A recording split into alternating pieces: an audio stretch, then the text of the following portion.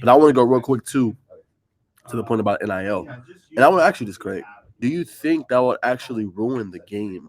Because you hear some coaches obviously complain about the recruiting and transfers coming in from different schools that weren't really their schools they grew up with. Do you think that would ruin the game potentially if players are getting like, hey, okay, come to my school, we're going to pay you $50,000 for your name, image, and likeness? Like, do you think that would ruin like high school football and the amateurism of the sport as a whole?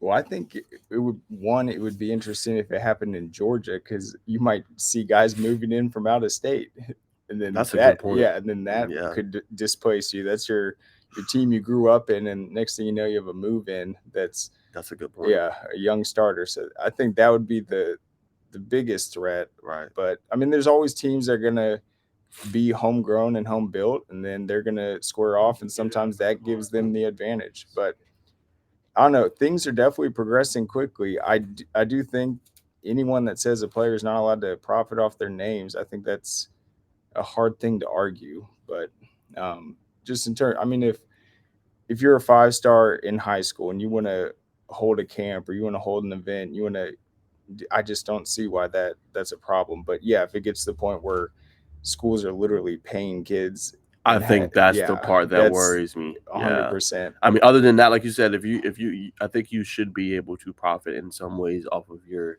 name, but that's the part that worries me. Like because you said, I feel like once the NIL, it's a specific thing, but I mean that literally could just lead to the point where your booster club is, hey, we're gonna rent out this townhouse, we'll pay for your rent for the entire semester, and it's just like that's a good deal. You're a young working family or whatever, you got one kid, I don't know, it's not a bad deal. But things have come a long way. Think about how long it took just in basketball for them to get a shot clock. That just happened a couple years ago. Yeah, a shot clock, that's not instant replay, right? It's just a clock. And so yeah, the shot clock, the instant replay, things are definitely getting up to speed. No, definitely. So I think just my last point on this, I just hope that, again, it doesn't affect like the lower schools, because obviously they have limited players. Them playing have to play both sides as compared to probably the higher classifications, the 5As, the 6As, the 7As. So I think that's my biggest hope, is that it doesn't hurt them potentially, but